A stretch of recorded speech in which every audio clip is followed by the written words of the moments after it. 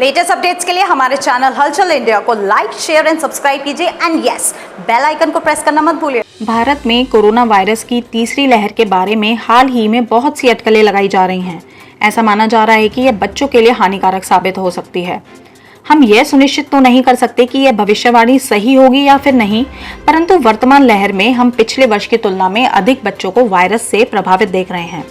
बच्चों में corona virus के साथ तीव्र संक्रमण आमतौर पर एसिम्प्टोमेटिक या फ्लू जैसे लक्षणों जैसे बुखार, सर्दी, खांसी, दस्त और उल्टी के साथ होता है। कुछ प्रभावित बच्चे गंभीर लक्षणों से पीड़ित होते हैं, जिनमें मुश्किल से सांस लेना, ऑक्सीजन में गिरावट, हाइपोक्सिया, सुस्ती और दौरे पड़ना शामिल हैं, जिन्हें अस्पताल में भर्ती करने की आवश्यकता होती है। यह कोविड बीमारी भी एक भयानक लेकिन उपचार योग्य जटिलता है। यह नवजात शिशुओं से लेकर 21 वर्ष तक के सभी उम्र के बच्चों में देखी जा सकती है। कोरोना वायरस कुछ ही प्रतिशत बच्चों में होता है। यह चकत्ते, लाल आंखें, दस्त, उल्टी, पेट में दर्द, सुस्ती आदि के साथ बुखार के रूप में प्रकट होता है।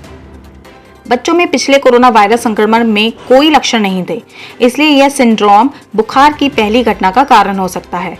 इसलिए किसी भी बच्चे को बुखार या किसी अन्य लक्षण के साथ बाल रोग विशेषज्ञ से परामर्श लेना चाहिए। जबकि स्वास्थ्य सेवा भविष्य की लहरों के लिए तैयार है, बच्चों के आसपास के वयस्कों के लिए यह महत्वपूर्ण है कि वे double masking, social distancing, hand sanitisation जैसी सावधानियां बरतते रहें। वायरस हवा में हो सकता है, यह समझना महत्वपूर्ण है, और संक्रमित होना आसान है। जैसे ही लॉकडाउन के नियम हटेंगे, मॉल, मार्केट प्लेस और पारिवारिक समारोह में फिर से आवाजाही होगी। वयस्कों को लॉकडाउन प्रतिबंधों और बच्चों के साथ भीड़ भाड़ वाली जगहों से बचने की आवश्यकता है। बच्चों को हाथ धोना सिखाने के साथ साथ सही तरीके से मास्क पहनने की भी जरूरत है।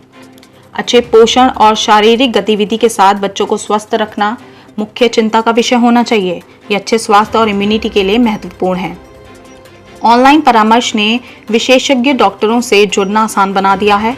यदि घर पर किसी व्यक्ति का कोविड-19 टेस्ट पॉजिटिव आता है और आपके घर में बच्चे हैं, तो कृपया अपने बाल रोग विशेषज्ञ से परामर्श लें, जो इस अवधि के दौरान आपका मार्गदर्शन करेगा। कई छोटे बच्चों को अन्य बीमारियां जैसे खसरा आदि से बचाने के लिए टीकाकरण कार्यक्रम के अनुसार अलग अलग टीकाकरण की आवश्यकता होती है। यह महत्वपूर्ण है कि इन टीकाकरणों को मिस ना करें और जितनी जल्दी हो सके सुरक्षित रूप से उन्हें टीके लगवाएं। कोरोना संकट कब खत्म होगा कहा नहीं जा सकता। सभी के लिए कोरोना वायरस के खिलाफ टीकाकरण शायद इसका समाधान है। जब तक ऐसा होता है, हमें सभी सावधानियां बरतनी जारी रखनी चाहिए। बच्चों की चिकित्सा देखभाल वयस्कों की तुलना में बहुत अलग है। बच्चों को एक समर्पित स्थान की आवश्यकता होती है, जिसमें बहुत अधिक ध्यान केंद्रित किया जाता है। विशेष रूप से देखभाल के लिए प्रशिक्षित कर्मचारियों और डॉक्टर्स की आवश्यकता है। उन्हें उपयुक्त उपकरण और दवा की आवश्यकता है। उन्हें अन्य सेवाओं द्वारा निरंतर निगरानी और समर्थन की आवश्यकता है। बच्चों के साथ माता पिता हैं और उन्हें अक्सर समर्थन की आवश्यकता होती है। यह सब ध्यान में रखें और तीसरी लहर से निपटना थोड़ा आसान हो जाएगा।